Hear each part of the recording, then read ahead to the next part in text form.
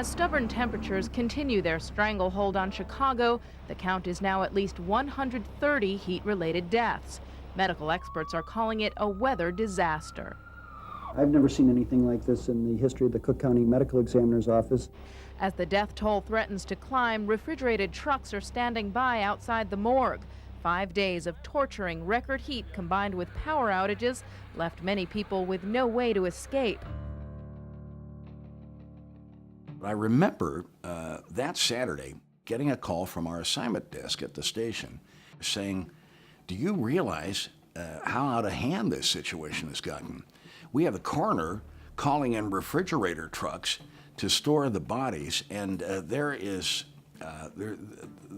a number of fatalities, the likes of which we've never seen before in a heat disaster, and for which we have the sense that we're not very well prepared as a city." We put out the advisories before the heat even hit, so everybody knew.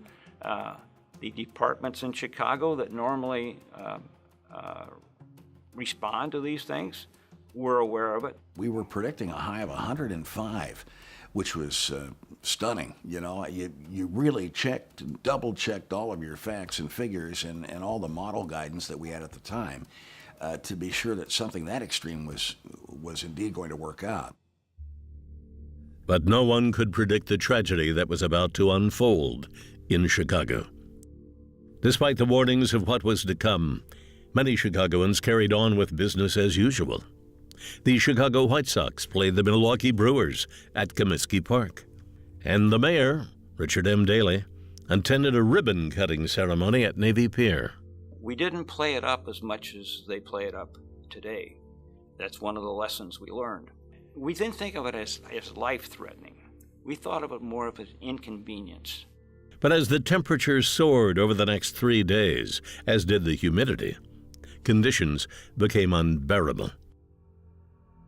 We had an ominous combination of extreme temperature and extreme moisture levels in the atmosphere.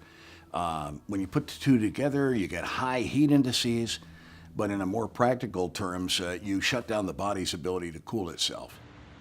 And the temperatures do not drop overnight. That's the important thing that we have to remember out of this whole episode, that the temperatures stayed up very high, above 75 degrees night after night. So there was no break for people to kind of refresh themselves at night unless you had air conditioning. But in 1995, many of Chicago's elderly population, especially those in the city's poorest neighborhoods, did not have air conditioning. And some living in high crime areas had even nailed their windows shut to protect themselves. On July 14th, thermometers in parts of the city soared to 106 degrees. Across Chicago, over 3,000 fire hydrants were illegally opened. Streets buckled under the relentless heat, and people were dying. My grandmother's name was Alberta Washington, and I just loved her. During the heat wave, Valerie Brown became concerned about her grandmother, who lived in Chicago's Bronzeville neighborhood. I called for her first thing in the morning, and she didn't answer the phone. And my grandmother always answers the phone.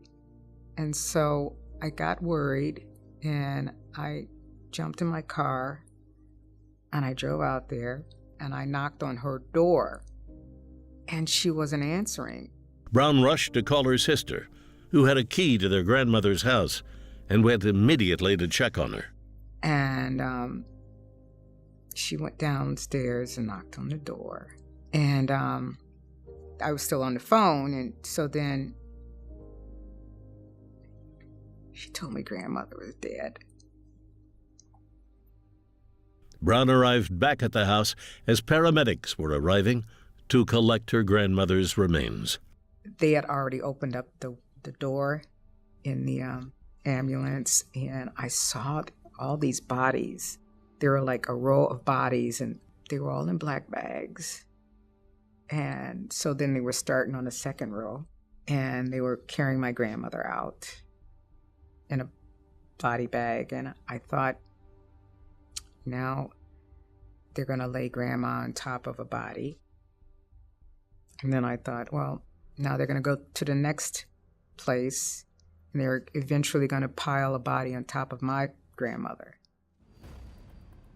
The first to be alerted that people were dying in excessive numbers were Chicago's first responders and emergency room doctors.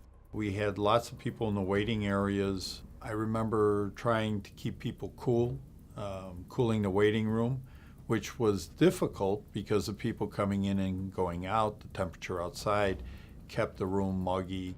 We had an extraordinary number of deaths from the field when the ambulances call us for medical control, and pronounced many patients dead in the driveway.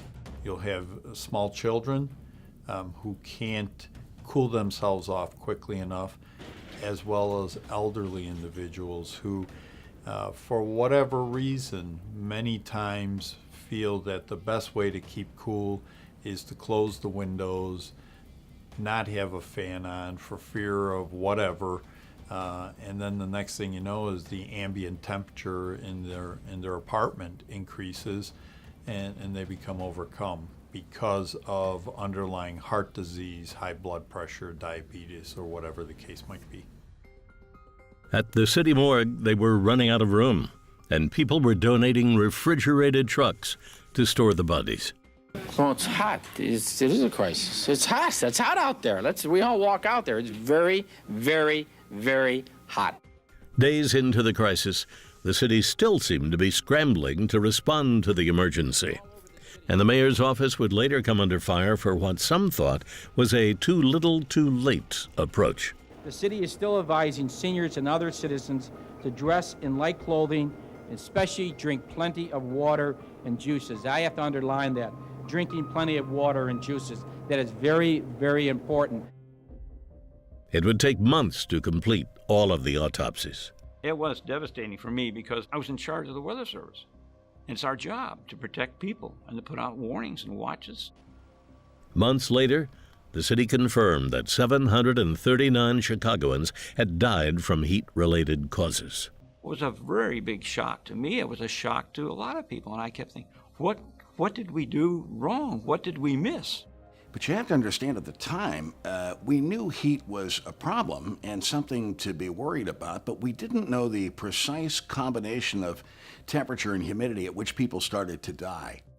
The heat wave of 1995 was a tragedy the likes of which Chicago had never seen and hasn't seen since, due in part to valuable lessons learned.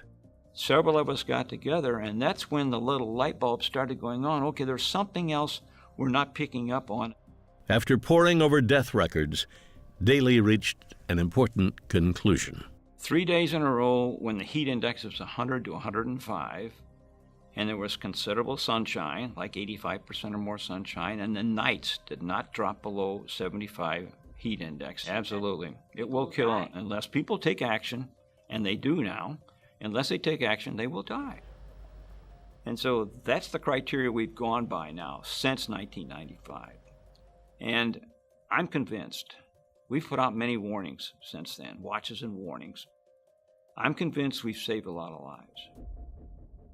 So some good came out of a real tragedy.